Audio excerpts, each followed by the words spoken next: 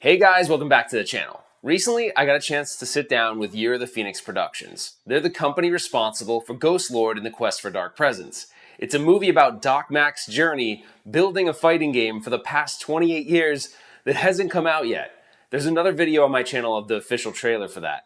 But this was a marathon live stream where they were trying to get over the hump of their Kickstarter campaign, and I'm happy to announce they actually did that. So we sat down, we talked a little bit about my favorite games, how I got into YouTube, a little bit about Doc Mack and the filming of the movie, and I think you guys will really enjoy it. It was only shown on Twitch, so here it is exclusively on my channel. I hope you guys enjoy it. Well, I've been into this forever. Like my cousin was an engineer, and he used to, when I was a little kid, he used to just like drop off computer stuff and just like be like, oh, figure this. Because I was always intrigued seeing him work on like his computer stuff. So I got to an age where he'd just drop it off, and I don't know. My mom used to say like, you always like tinkering with stuff. So my cousin's like, well, let's just see like if what he can do with it. And so it was like a Commodore 64, and then IBM stuff, and then Apple stuff, and so of course, when you have computers back then, what is the thing you do? It's not like I was making spreadsheets. I was like playing games, right? And he'd give me these big, huge manuals, and it'd be like you'd type in all this code, and your screen would turn like 4 colors. It was like a lot to get an outcome that wasn't all that exciting. But yeah, I just always been into gaming, and then the like retro Ralph thing started because a buddy of mine, he's like, so I don't know if you know this, but there's this company that came out. Like I've always collected arcade related things, so I was like collecting arcade boards. So like Doc probably talks a lot about that, right? Like he went and bought all these boards, but he didn't have the cabinets for them and stuff. So I used to buy the boards. I don't know what I thought I was going to do with them, but I was like buying arcade boards. And this company came along in 2018 called Arcade One Up, and I knew like how to use the boards and set them up and everything. And I showed a buddy of mine. I'm like, hey, I put a real arcade board in this cheap arcade one up thing, and he's like, dude, that's cool. And I like turned it into something else. He's like, you should just like make a video and start a YouTube channel. I'm like, I don't really have any interest in doing that. Plus, I'm like, no one's gonna care. And I did a couple videos, and like the YouTube channel was growing at like 1,000 subscribers a month, 1,500, 2,000. I was like, holy crap! Like people actually care about this. So I kind of started with that, and then really as I built the audience, I was like, well, this isn't really what I'm really into. I'm really into like the real arcade stuff. So I started kind of putting that aside, and the audience came with me. And a lot of those people went from buying these like toy arcades to like actually collecting real arcade games. So it's turned into like a really interesting, I guess, there's been so many cool opportunities, like getting to work, even though we haven't worked directly together. I mean, helping promote that, like I didn't have the ability to do that at the beginning because I didn't have an audience, and now I do. So it's cool, and they're all into the same stuff. Like it's a very nostalgia based hobby, and a lot of people have really cool memories from their childhood, and this brings them back to that time.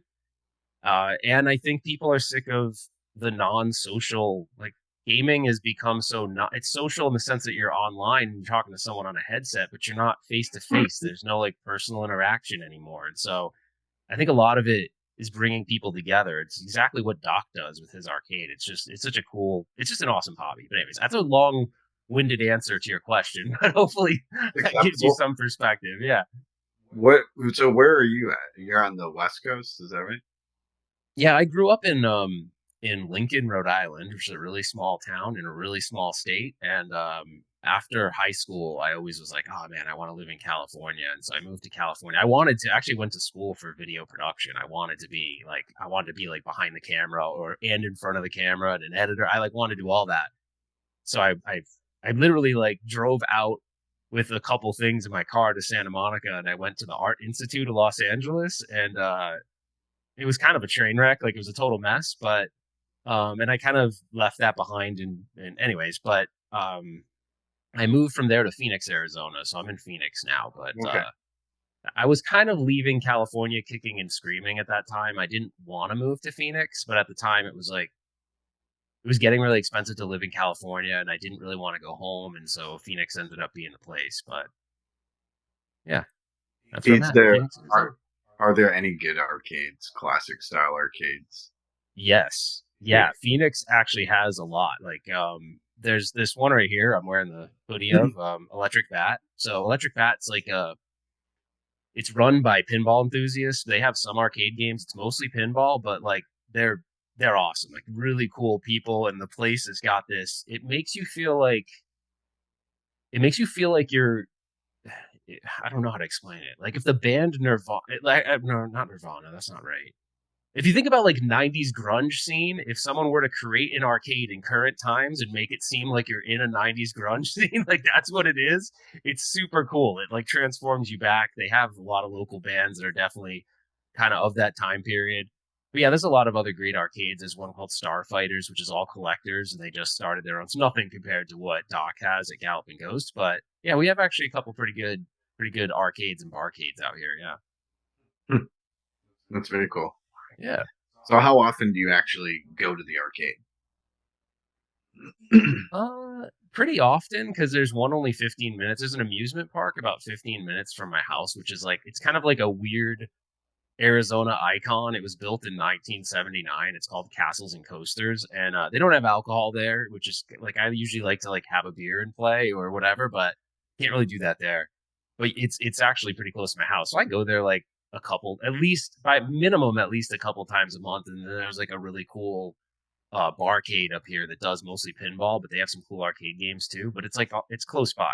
My wife is like not as into it, so she likes pinball, but she gets bored with arcade games. I don't know why but she really likes pinball, and she's really good at it. Like just good at it for no reason. like she went the first time she went to a pinball machine, it was like this one called Tales from the Arabian Nights, which is a pretty classic pinball machine, and she was like kicking ass on her first ball. I'm like, how are you doing? Like, how do you like, were you born knowing how to play pinball? She's like, no, just like, I don't know. She has like some laser reaction time.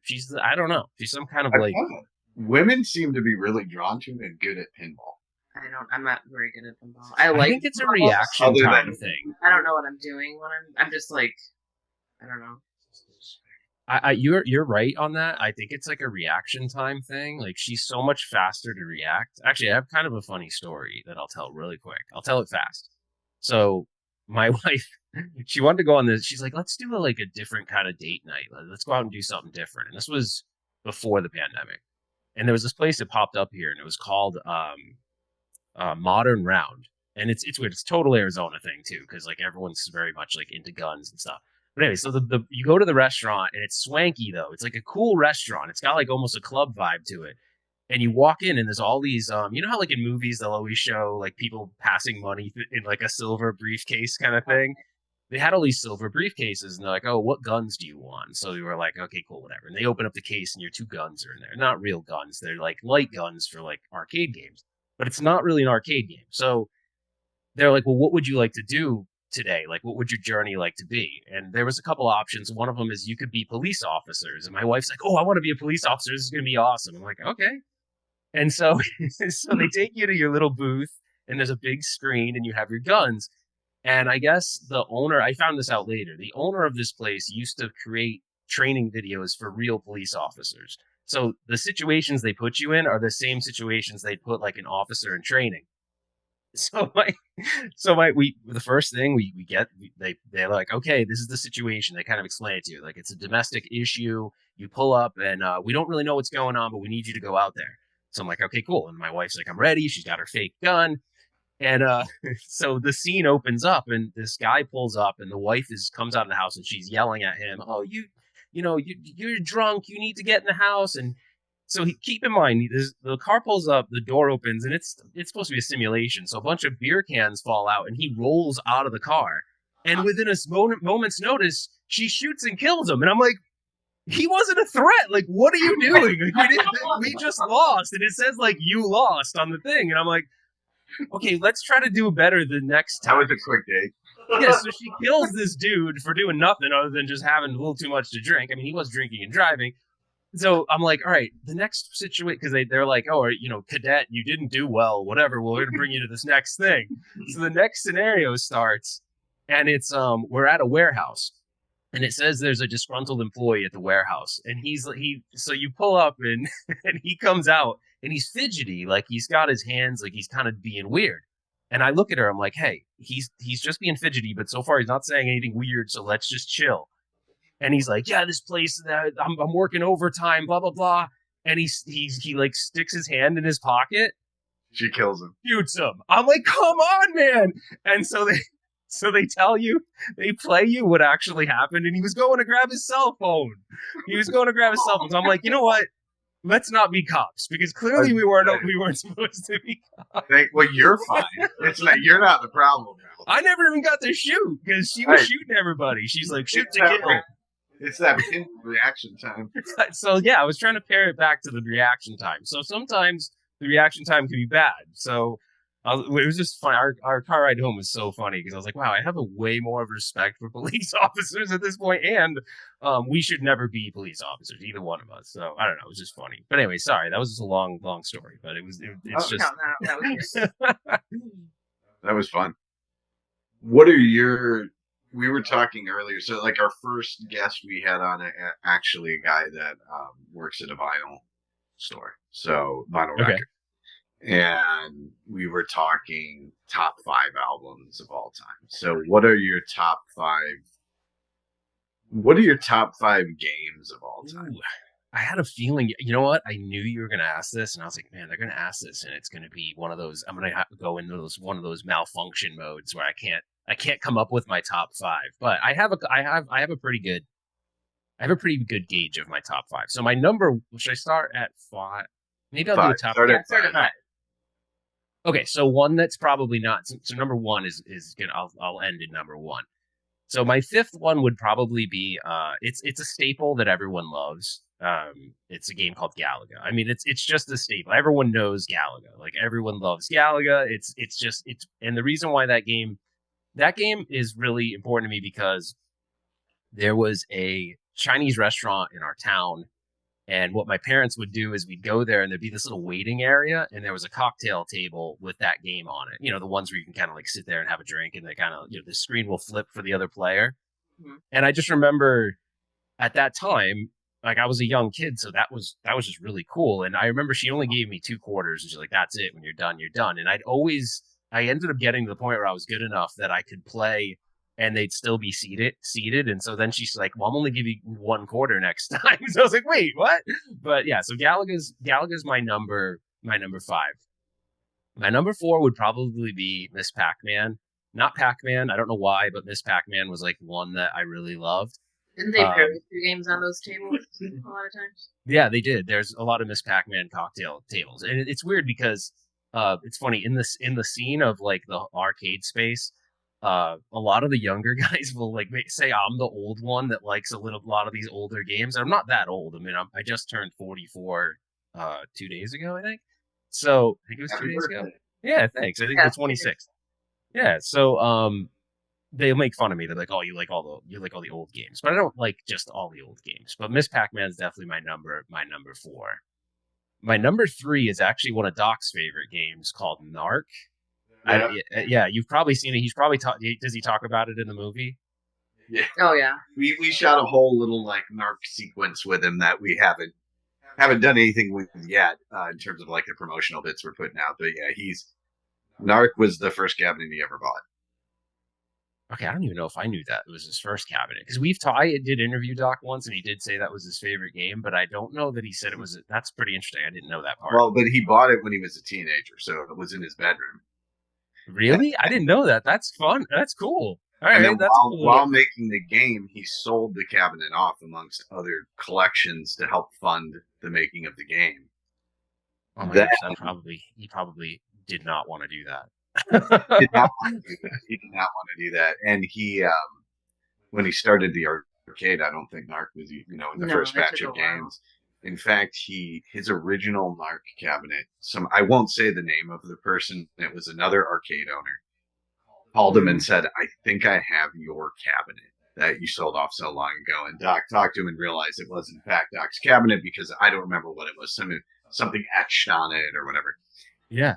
And Doc said, "Will you sell it to me?" And he goes, "I don't think I'm in the market to sell it, man." But Doc said, "Okay, if you are in the market to sell it to me." The guy sells it to somebody else eventually. So no, Doc's original cabinet is out there somewhere still. Yeah, it wasn't a happy ending story. He grazed. Oh, that sucks. He does have a Narc cabinet. He does maybe have the only Narc cabinet yeah. with the hidden level or whatever. That It's a George Petro. special level Yeah. got put into his cabinet at the arcade. It was So a I'll level tell they you- never finished when they were programming it. And George Petro, right before they had a Narc Developers Day at the arcade, he borrowed the board and got the level into the board for Doc. So that Narc machine at Galloping Ghost has some level that I don't think is accessible elsewhere. Just and you may know this already, Ralph. Maybe Yeah. Well, actually, the funny thing is, just the other day, I have a buddy who lives in Minnesota. I met him through, like, he was someone that watched my channel, and we became like really good friends, And he's flown out. And we've done like he'll come over to my house. And we'll do like restoration projects together on arcade games. We just definitely have that shared passion. And he probably like a year ago, he's like, "Do you think that Doc would give us the files, for, like, the ROMs?" He's like, "Would he give us the ROMs for that secret level?" I'm like, "Dude, I don't know, because it's kind of a unique thing to the arcade. Like, I don't think he'd do that." So the other day, I don't know, I was just like, "Shoot, I'm gonna just ask them." So I didn't ask Doc directly, but I sent an email to Galloping Ghost Productions, which is the production company, which you guys know, I'm sure, but they're like, "Yeah, we can't do that because George Petros specifically like coded the rest of it for us, so we can't really do it." I'm like, "Shit." I was like, "Well, I tried, but maybe one day I'll get him to do it." But yeah, so Narc's pretty cool. It's a cool game. It was like one of those. By the way, when you were kind of getting into the research of doing this whole project, did you guys ever watch the Insert Coin movie? Yes. Yeah, actually. And we're like buddies with Josh now. Oh, Yeah. no. Oh, cool. All right, it's awesome. So in that Insert Coin movie, they talk a lot about how just crazy Narc was. Like, it was one of those games where when you saw it the first time, you're like, what the heck? Like, you could, to shoot a rocket at, I mean, because it's kind of interesting, right? Like, your bad guys are these like drug dealers, but it's okay to like like you shoot them with a rocket and they blow up into pieces everywhere. So at the time, that was so crazy, right? Like, you never saw anything like that in a video game. So I think that stuck with me. So that's kind of why that game always like stood out in my mind. It's from a replayability standpoint, like, it's not like I play it a lot. Like, I have it in my collection, but it's like a really unique looking cabinet, as you guys have seen, right? It's like, it's weird looking, like it has like almost this monitor, and then it kind of gets skinny, and then it has a big control panel. It's just weird looking. The whole thing is just, I don't know. It's like, sometimes I think with arcade games, I fall in love with the artwork and the design just as much as I do the game, or sometimes more than the game. So That's how I feel about. I absolutely feel that way about Dragon's Lair. Oh, that's such a cool. And Doc has it with like the flame things on top and stuff in the arcade, so it's even cooler. I wouldn't say it's not it's a cool it's one of the most beautiful games I've ever seen. The hand drawn animation, like above my computer at home, I have this massive Dragon's Lair print, and I love the artwork, and the story's fun, but the game itself, not fantastic. Well, it's kind of like, it's not easy. It's definitely like not. It's not like you walk up to it; it'll like kick your ass instantly if you don't know what you're doing. So it's like, I wonder how your wife would do at it with the reaction time. She probably kick ass at it, I'm sure. And I mean, that's all. It's just reaction time. So I love that on the port, I have the PlayStation port of it. You can just choose. There's a mode you can choose to just play all the video in a row, because cool. I would just play it to watch it. That's the game. I wouldn't say I particularly enjoy playing, but it's so beautiful. I wish it was just a movie. I wish it was just. Well, aren't they? I thought they were making a movie from it. I thought that was something that they announced at some point. I don't know if that's happening, but I'll look it up. I thought they said like Ryan. What's his name? Wasn't it like Ryan Reynolds was supposed to be in it or something? Yes, Ryan Reynolds. He's bland. You're not bland. He's bland. Let me see. Oh, so wait, we won't let him know that you wouldn't cast him in the movie. I don't. Yes. He's probably watching this right now. He's like, "Oh my gosh." He probably is. And my entire career. He was ready to pull the trigger on my doubling. career's gone. Yeah, he was gonna get me through the gates. He's actually the mystery 5,000 Right. guy. He's like, I'm rescinding my 5K. My internet's not working here. Yeah, You're not Ryan spelling Reynolds it right. reveals new details on the Dragon's Lair Netflix adaptation. Netflix adaptation of Dragons. Oh, all right. All right. Yeah, I thought I heard that. That was in 2022. Yeah, so we'll see what happens. You know who would have been great as Dirk? Do you know Dragon's Lair? I do. Bruce Campbell. Yeah. Oh my Oh, God. yes. Oh, I can see that. See, He has, you should. Why don't you? You should do the movie. well, we'd have to do the Tron thing where we digitally de-age him. You know what I mean? I guess, Actually, what we'll do is we'll just pick a much younger man, so he has the physicality necessary, and we'll just put a young A young Bruce face. Bruce face on him, and then we'll Yeah, do that's- Bruce's voice and put him. No, I think we're just gonna have to find a different actor. For it. Probably. Okay, so Narc. I lost track. What number are we on? You That said was- Galaga. That was third. That was his third. Galaga, Miss Pac-Man, Narc. Okay, the next one's surprising because I didn't grow up with it.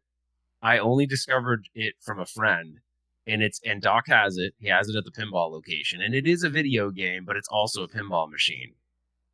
So I don't know if you've ever seen Baby Pac-Man, but that's like it's basically, he has it at Galloping Ghost at the pinball thing. So it's half arcade game and half pinball machine. So the top part looks just like Pac-Man looks, right? Like a normal Pac-Man, except you have no power pellets. So you have no way to destroy the ghosts.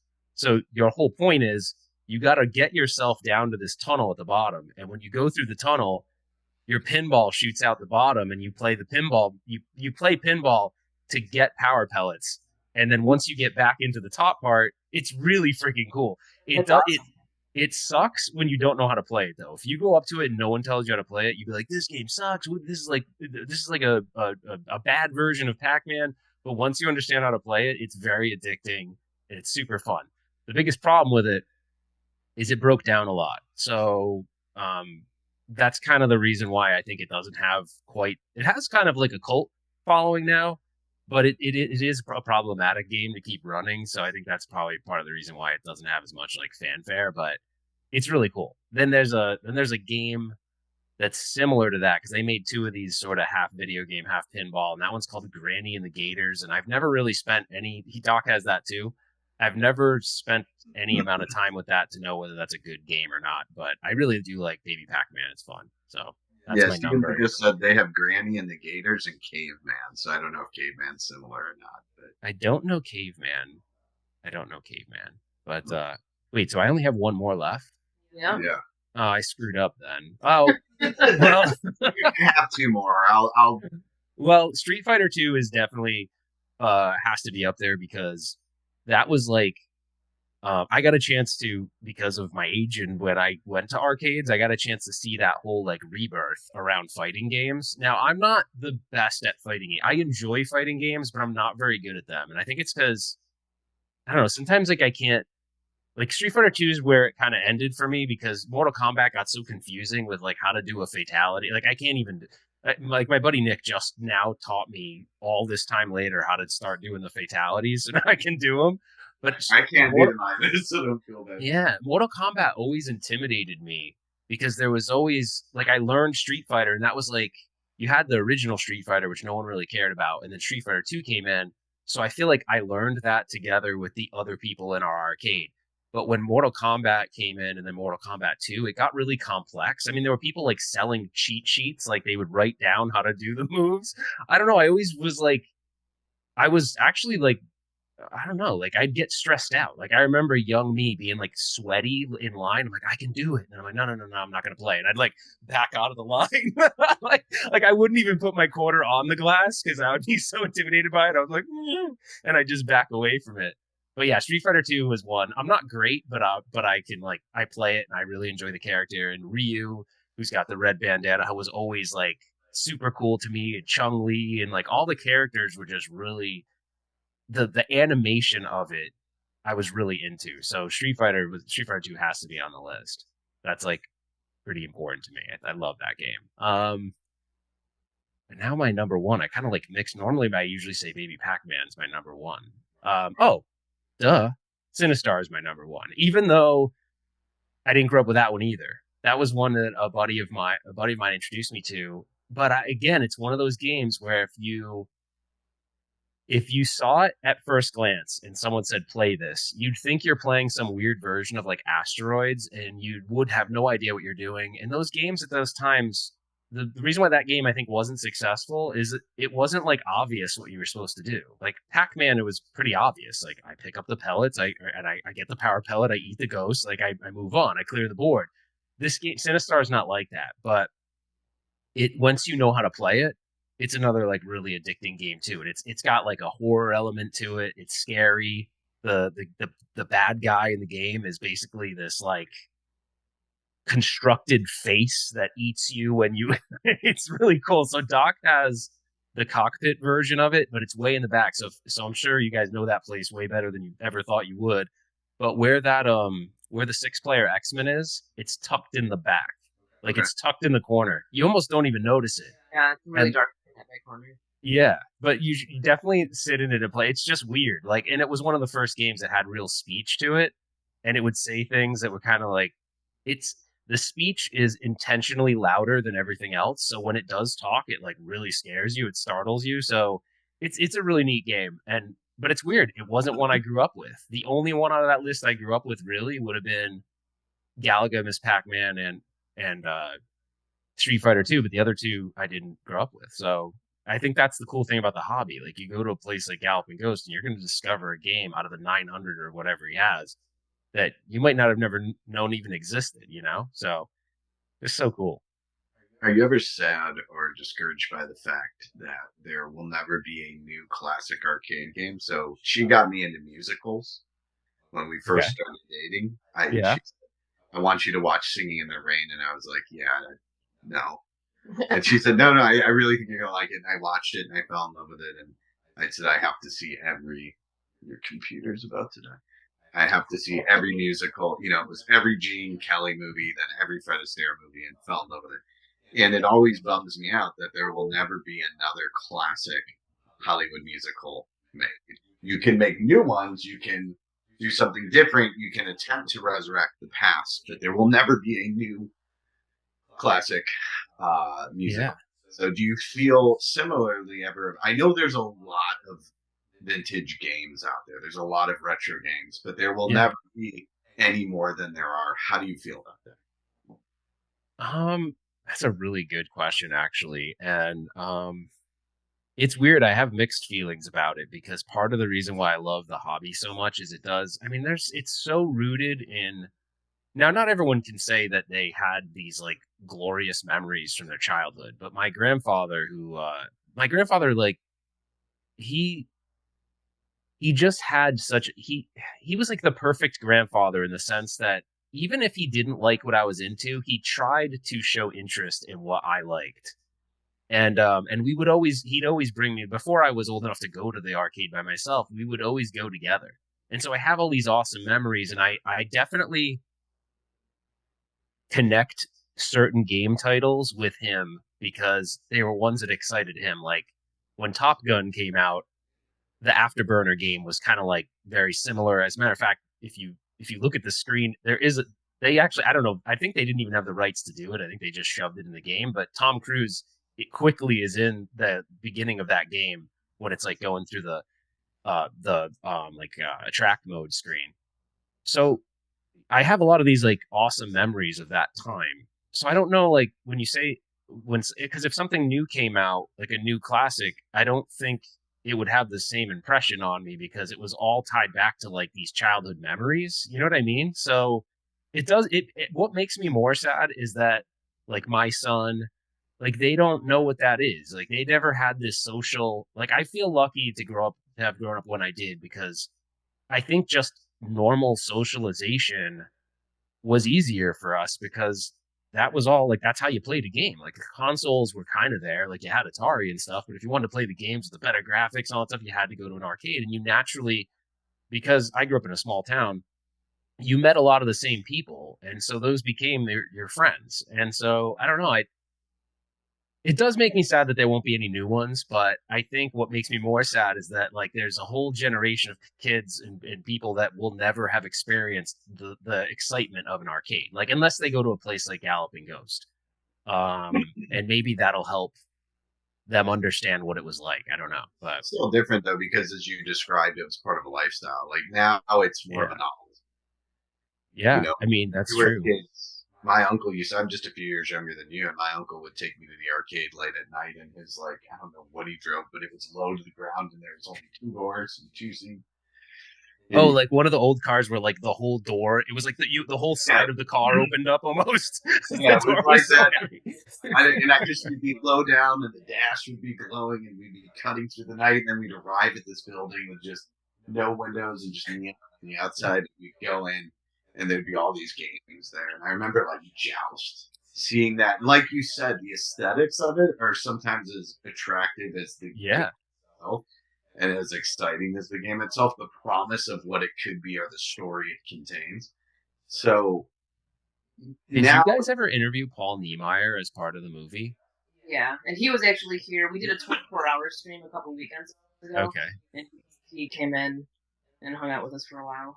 It's really cool to get his perspective because because he was doing all the artwork for like the marquees and stuff. It's really cool to like when because a lot of times he didn't have a good grasp of like what the game would be about sometimes, but they'd give him like a generalization and then he'd create this awesome artwork that had to kind of coincide with the game.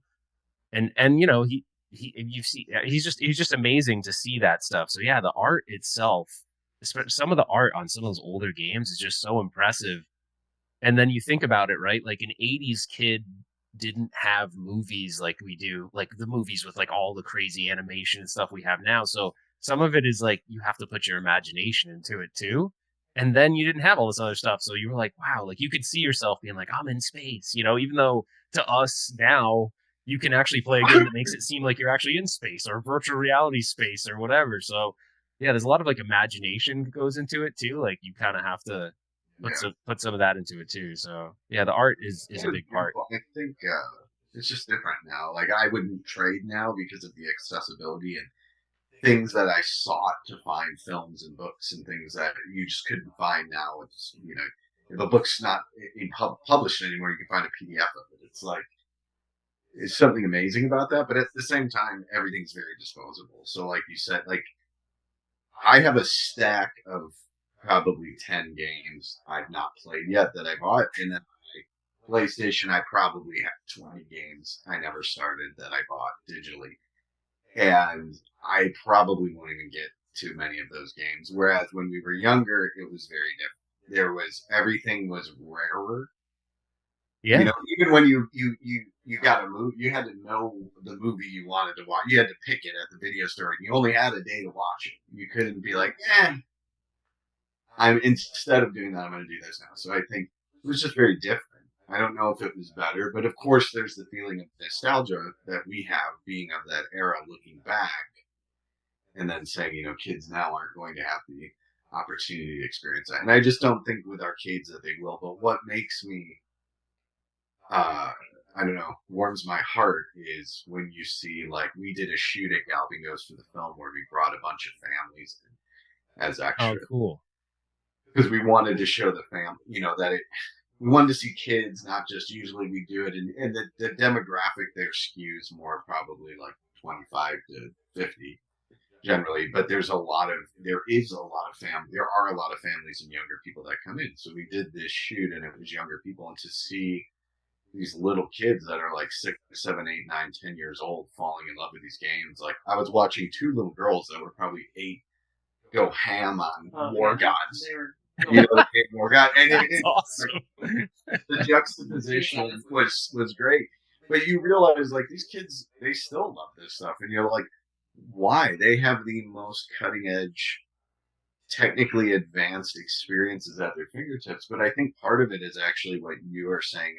It's like the art. It's the whole aesthetic experience. It just looks cool, and like the CRT monitors is a different vibe than what we're doing in terms of LCDs or whatever we're doing. I'm pontificating. Do you ever watch the video? You just made me think of this for some reason. Do you ever watch those videos? I think they don't make them anymore, but it's like that. It's a YouTube channel, and they'll introduce kids to some old technology. Do you ever watch those? Yes. Those kids are all like grown now too. Yeah. why can't I? It's just like Kids React. Yeah, I think it's Kids React too, and then they put in the thing. But I just watched one. Kids are like older teenagers now. You just get new kids. Those are so great. I love those so much. Yeah, I just watched one where they had people play. Actually, I have it playing in the background because I just did a restore on Doc has this game too. Michael Jackson had an arcade game. It didn't do very well. It was by Sega called Moonwalker, and but there was a console version of the game too on the Genesis, and they had people go on the show, and it was young kids playing it, and they loved the game. Like, they loved the game, and I'm like, this is so cool, because at first they were kind of like, oh, whatever, but then as they played it, they had so much fun with it, and all of their reaction at the end was like, this was a super fun game. This was cool.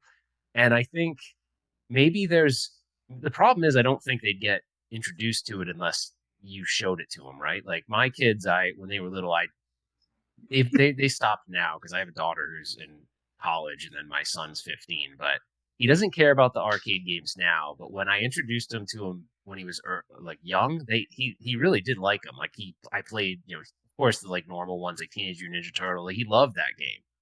But I think if you introduce kids to them, they'll be totally into them. But if you never do, they'll just, they're not going to find it themselves because these places are kind of tucked away, right? Like, I don't know. Well, our niece, she's 15 now, but I showed her the new Street Fighter trailer, and I'm like, okay, this is amazing, right? Like, this looks awesome. She's like, I don't know. I'm like, what's wrong with it? I like the old art and stuff. She likes the 2-dimensional sprites, and that's cool. There's a lot of beautiful art in these old games. I mean, that era particularly, that 90s, is more. I gravitate more towards that than the old games that were really kind of pre us. But it's still a valid aesthetic form, Yeah. Don't you think the music in the 90s games can sometimes, like, especially Sega, like Sega did a really good job with music. Like, they really focused on like some of the stuff they were able to do with the technology they had. It wasn't, it was pretty primitive in comparison to today's stuff, and it's good. Like, the music's cool. Like, it stays in your mind. I can't tell you how many people. I did an Afterburner video because I finally found one. Not the one that he had, not the one Doc has. It's like a cockpit one. I wish I had the room or money to buy that, but that game has a very distinct, like, when you put the quarter in, it makes this noise, and everyone remembers it. Like, they remember the noise it makes when you put the quarter in, or like even on Michael Jackson's Moonwalker, he makes his like. There's a, I'm not going to try to do it because I can't get to that high octave, but it's all, whatever. So, Lumbo says Killer Instinct 1 music still holds up today. I don't remember the music. Awesome music in that game. Yeah, great music. I suck at that. Talk about a fighting game I completely suck at. I respect that game, but I'm terrible at playing it, but the music is very good in that game. They did a really good job with that. Yeah, there's so many good. I don't know. I love this stuff.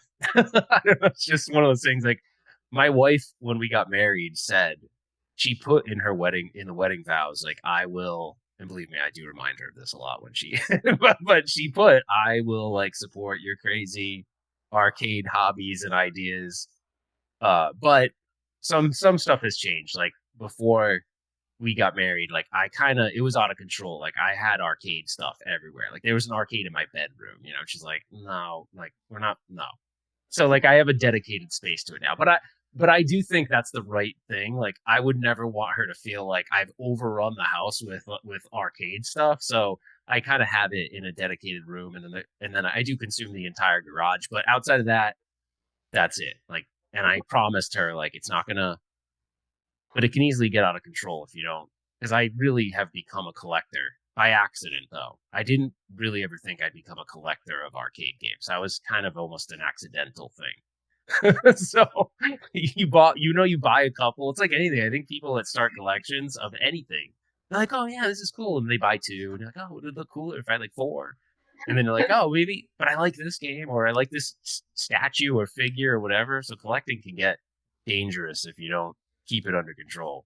Doc doesn't know anything about that. Yeah. Does he talk about that in the movie at all? Like, oh yeah, we talk about it. I've spent so much time with him in the past 2 years, and just peeling as many layers away as I could because I've been fascinated by him and what he's done and what he's trying to do. That we definitely talk about and he's very self-aware, which is interesting. Yeah. He's like a crazy collector, to a degree beyond anyone. And then potentially my friend James over here who collects movie props. He makes one of his collection though. I don't. So he's better at it. Yeah. But movie props, that's exciting. That movie props, that's a cool. We're actually raffling some off. He brought I would say 4 costumes from the movie Immortals, and then a saddle from the 2001 Planet of the Apes. It was one of the Wow, that's awesome. That is local pickup only. Yeah. I just want to keep stressing. We got to figure that out. But he brought some really cool stuff here. Xena's sword. Yeah. Oh, wow. That's awesome. Robocop's gun. Yeah. Robocop's gun? Do you have it right there? Can I see it? Or you got it? You have it. Give me that gun. Will's guitar from that was probably my favorite. Same. Yeah. Lumbo says, thanks for doing the YouTube video for the Kickstarter, Ralph. I cannot thank you enough. Oh my God. Drew and I were talking the way that your build, your setup, you're a good storyteller, man. And you put everybody in the right headspace, how you intro the trailer. I couldn't tell you how grateful I am for your... Well, I appreciate you saying that. It was funny because I had my garage door open. I filmed that in my... Oh my gosh, what the heck? That's awesome. Oh my gosh, that is so cool. RoboCop was like a big childhood movie for me, even though, oh man, when I watch it now, I'm like, how did I not end up being a messed up kid? Because the violence in that movie is so over the top. But, oh, that's awesome. What? You guys get so mad when I point guns at you. You think you're Ralph's wife? Yeah. I'm not going to show that to your wife. Yeah, let's not point the gun at anybody, even if it's a prop. Just in case. Yeah, you know what? Anyways, shoot, I forgot what it was. Oh, yeah, so I filmed that in my garage, but I was like, so I have this thing in my head where, and I've only done this a couple more times. There was a technology that I was really excited about, and I was like, I'm gonna do this video opener like I'm doing a wrestler promo, like I'm a wrestler from the 90s or 80s, but the thing is, I had my garage door open when I was filming that, and the houses in the neighborhood aren't super close, but I can see there's like it's not an apartment complex, it's like a condo, but it's across the road. And the guy, like, I must have been so loud that I just saw him like this. Like, I saw his face, like, trying to look over. And I'm like, okay. And I closed the garage door. But I messed up so many times after that because I got in my head. All I could see is, like, the guy being like, what are you doing in your garage? So it took me, like, 10 takes to do that the right way or the way I liked it. But I appreciate you saying that, though. No, it turned out fantastic. No, it was amazing. You're a great storyteller. You have a flair for what you do. So we were really, shall I say, tickled pink when we saw that video come across our screens. No, we're really grateful for it, man. Thanks. So yeah. No, it was weird because I sort of remember hearing the rumblings of you guys doing this. And I want to say, how long has it, like, when was the first, like, when you talked about it somewhat publicly that you were doing this? It's got to be, like, at least a year or more ago, right? Or was it longer than that? No, more. No. Well, we literally started, like, we had our first initial chat with Doc in July 2021. So it hasn't really been a secret project or anything like we've been talking about. We tried to be very public about it because we wanted people to know we're doing this. We want people to rally behind it. You know, I've run a video production company for 15 years now, but the whole reason I started the company was to put food on the table and refine my skills while I was pursuing my filmmaking career. And it's 15 years later, and I haven't done a feature yet. I've done a ton of shorts. I've done a ton of music videos, fashion films, stuff like that. It was bite-sized creativity. And now everything just fell into place, and the ball just started rolling on this. And it was like, okay, now's the time, and we're making this movie. And we want people to know we're making it because we want to build the foundation that we could continue to build off of as we move forward with filmmaking and the thing. So we've been pretty public with it for the entire. We met in July. I think we started filming in July. T20. No, that would have been like August. Okay, but it was. We pretty much got the ball rolling right away. Yeah, I want to say I saw something. It was like I saw something posted, and I even like reposted it somewhere. I don't remember when it was, but I want to say it might have been around the time that I played the game. And so I was like, that's cool. Like, is someone actually doing? I don't know why, but I didn't pay. I have no idea why I didn't pay enough attention to it at that time. But I was like, that's cool. But I guess I felt like maybe the way it was written that it was like an idea, like it wasn't actually happening. So I think when I posted it, I said, oh, this would be really cool if someone could tell this story. Like, that's awesome. But I guess I didn't think it was as like that you were probably filming it at that time, or at least having conversations at that time. But then when I saw like how serious it was and it was actually a thing, I'm like, this is awesome, because Doc is like, I don't know Doc that well. I met him a couple times, but I will admit this, like I get weird around him. I don't know why. Like he's so cool and he's so like he's a chill guy. Like he'll talk to you. I get weird. Like I'm meeting some arcade god and I need to make sure, like, I don't know, I just get funny. I get like sweaty and uncomfortable, but I like him. He doesn't make it. I don't know what it is, but like it takes you back to standing in line at the Street Fighter 2 machine. It does. I don't know why I get really nervous. I don't know why. I think because he's kind of like this very. First of all, I know how cool he is. I see all the things he does for others. He gives back to, he shares his business model with other arcades so they can get started. Like he's such a. I don't know. I don't know what word to say other than he's like such a good steward of the culture of arcade gaming. And there's only one other person I know that probably I'd put next to Doc in that kind of vein, and it's Todd Tuckey at TNT Amusements. Like they're both pretty much lifers when it comes to supporting this hobby. And I don't know why I get uncomfortable. I wish I didn't, because there are times where like I've had opportunities to have longer conversations with him, but as soon as I was done with the interview, I was just like, I gotta go. Like I just ran away. I was like, weird. Like I hope he watches this and realizes I'm not weird. I don't know why. Like I get starstruck from him. Lumbo says nothing to be nervous about. Lumbo is in the game, and he was with Doc since they were 17. He kind of goaded Doc on to really start working on the game in earnest. And Lumbo says nothing to be nervous about. Is it the gloves? Question mark. Maybe. I don't know. He's not intimidating looking to me. It's just I don't know. Like I think there's a lot of people like look up to him, and trust me, like I have that dream of maybe one day I'll open up an arcade too or something like that. It's been something I've always thought about doing. I don't know. I don't know why I have that reaction. I need to figure that out, because I'd like to actually have a longer conversation with him when a camera's not on. Because when a camera turns on, I kind of like flip a switch into like a different mode. I don't know. Like I'm not shy. I'm kind of a little shy, but when the camera turns on, I'm not shy at all. Like I'll do and say anything. And then when the camera turns off, I get a little bit more reserved and shy again.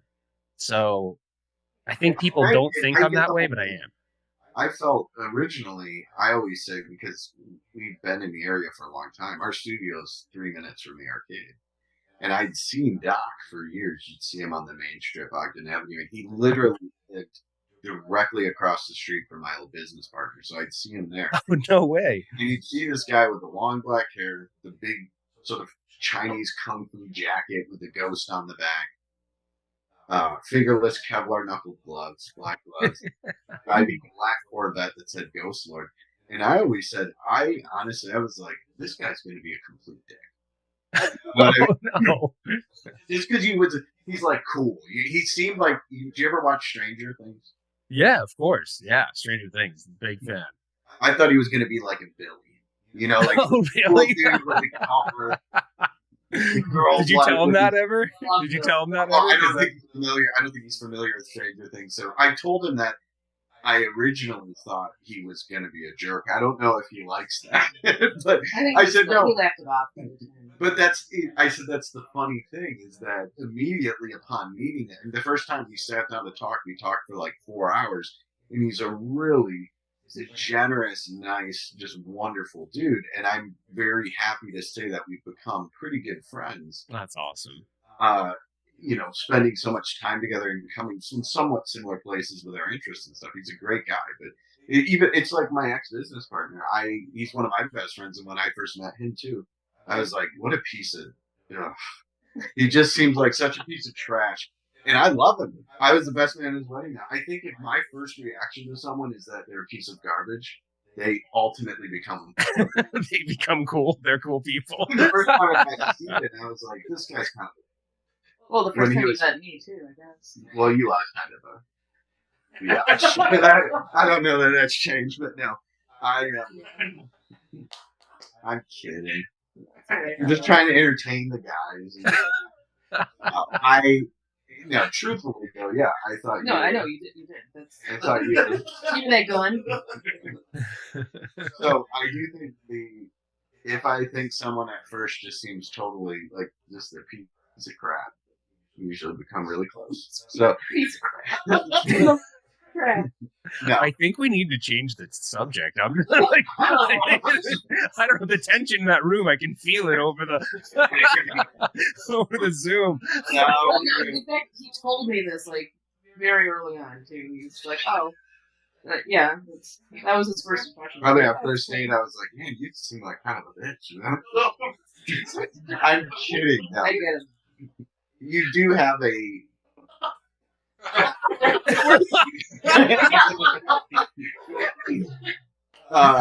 No, but he is a wonderful guy. She's a wonderful girl, and that's the moral of the story.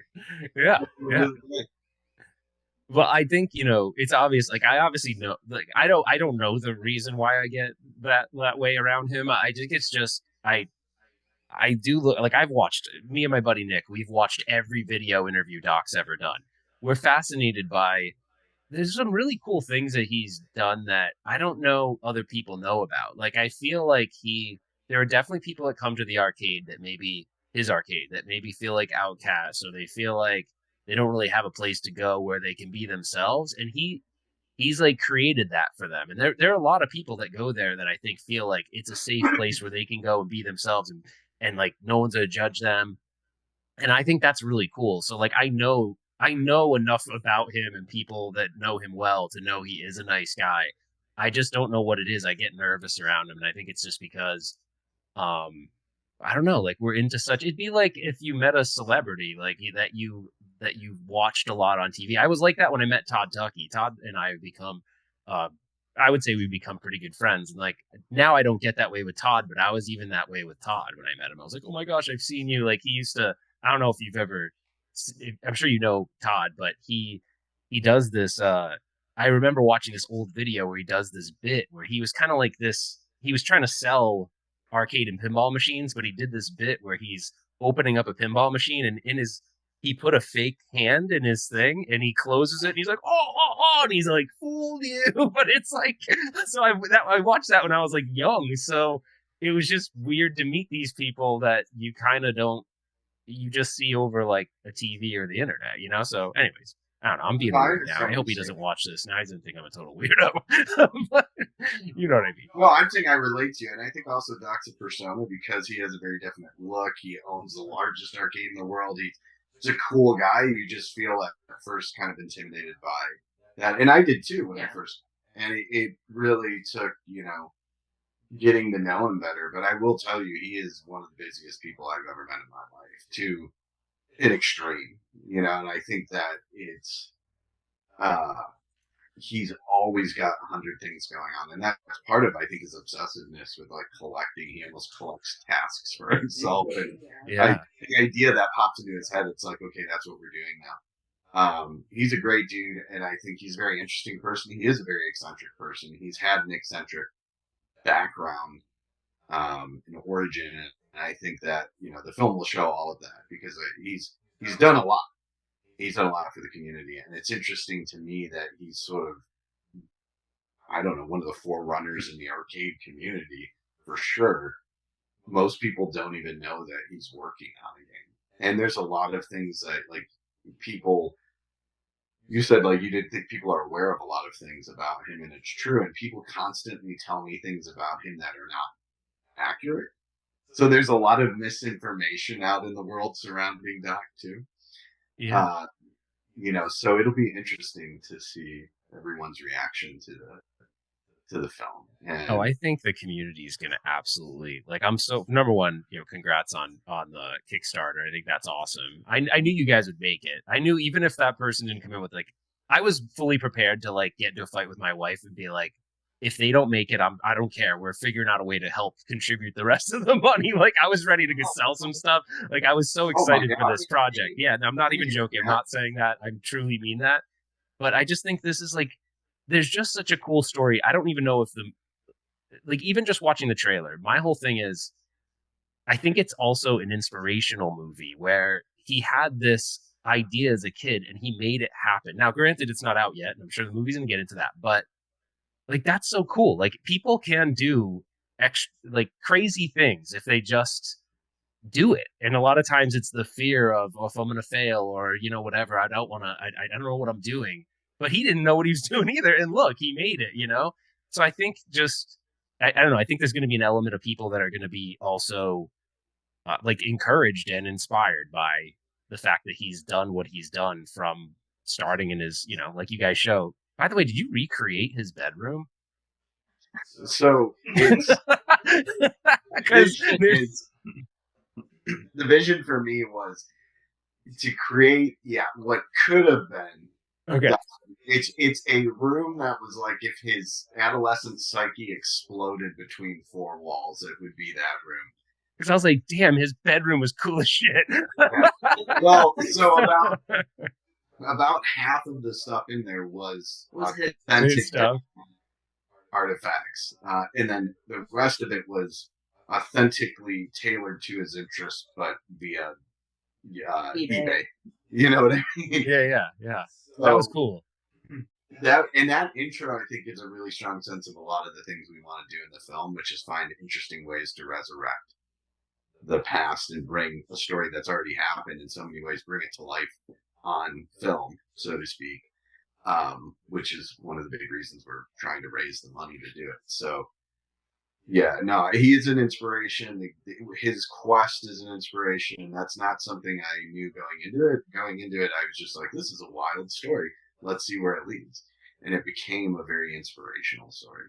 And is a very inspirational story. So I agree with you. I just warn you that, after watching the movie, I think you might open that arcade. Oh no, trust me, I've gone back and forth a million times, and you had someone else on I don't remember his name, but you had someone else on, a couple of guests before me, and he was talking about virtual reality. And there was a point where I was really thinking I wanted to do something not classic gaming, try to go into more of the future gaming stuff. Because I really do like virtual reality. I've been a supporter of VR ever since the development kits for Oculus, but way before Facebook bought them.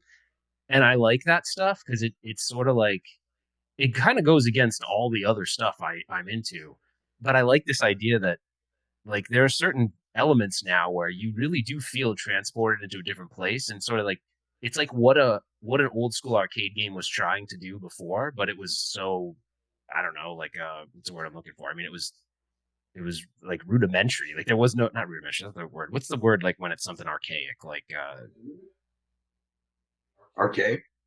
We'll just use archaic. Yeah, sure. It wasn't, it achieved it, but like I said earlier, you had to use a lot of your imagination. And now there's these VR systems that can truly make you sort of feel like you're in a different world. And so I had thought about maybe I don't open a traditional arcade, and maybe I do something like a VR thing, but I don't know. I don't know what I'm going to do, but I know I want to do something. And I like craft beer, but I don't know. So beer, arcade, I don't know, but I hope it happens someday. My whole thing is I watch a lot of Bar Rescue. So I'm I can't open a barcade. John Tapper's going to come in and be like, shut it down. That's it. These nachos suck. And that's it. I'm dead. But I don't know. I will tell you, and then we'll let you go. I know we've taken a lot of for a hot sauce challenge here, but making the film has changed my life in the fact that, like I told you, I always wanted to make movies, had started a business that's relatively successful, we don't have any debt, so that's good. We pay all our bills. Oh, hey, that's awesome. Yeah, I've heard. So, but I'm not, but it's like, hey, that's not what I feel like I was destined for, right? And started kind of just working on this film. It was a passion project, but in listening to everything Doc said and just the relentless pursuit of, no, this is what I want to do, and this is what I think I'm supposed to do by my own definition, really pushed me to say, okay, we're not just making a film here, we're starting a new lifestyle that is geared towards finding ways to create a whole new filmmaking ecosystem where this is one, then there's two, then there's three, and we're already developing our ideas for, the next suite of content that we want to put out there. So I think in watching the movie, you risk experiencing something similar, and this is part of the magic of Doc, is that he does inspire. And when you look at, like, shit, if this guy was willing to put all this work in, hold on for so long, never give up on the dream, be relentless, and really just truly 100% his DNA belief, no, this is going to happen and it's going to be good, you're going to be like, yeah, I'm opening an arcade. And if we can inspire people to some tenth of that when they watch the film, I think it'll be an excellent cinematic experience for people, but definitely didn't set out to be like, let's make an inspirational film that challenges people to achieve their dreams. That would be artificial. I think it just organically spun organic out. Yeah, I mean, the trailer makes me feel that way, and because but I also know a little bit more about, like, I've played the game, and I know a little bit more than what the trailer lets on. But there's a scene in the trailer that gives me, like, this is when I was like, oh my gosh, I need to support this. This is freaking awesome. The scene where he's in the chair, I don't know who picked the music for that scene, the way that scene ended. I love the freaking scene where he's like, dark presence will come out, and then it like fades to black. I was like, I get goosebumps saying it, and I'm not even like, I swear that scene. But dark presence will be out. Did it for me. I was like, I need to promote this. This is freaking awesome. It was just, I don't know, like it. I love that. So whether it clearly comes off as organic, which is awesome, but like I'm excited because I have a friend and I told him. Now I haven't seen the movie, obviously, but I told him, I said, because he's going to be leaving his job. He's taking a little bit of risk. He's feeling, like you said earlier, he's feeling like a bit unfulfilled with what he's doing for his work. And he's real passionate about arcade gaming, and he wants to open this arcade. But the skill that he possesses is very similar to Doc.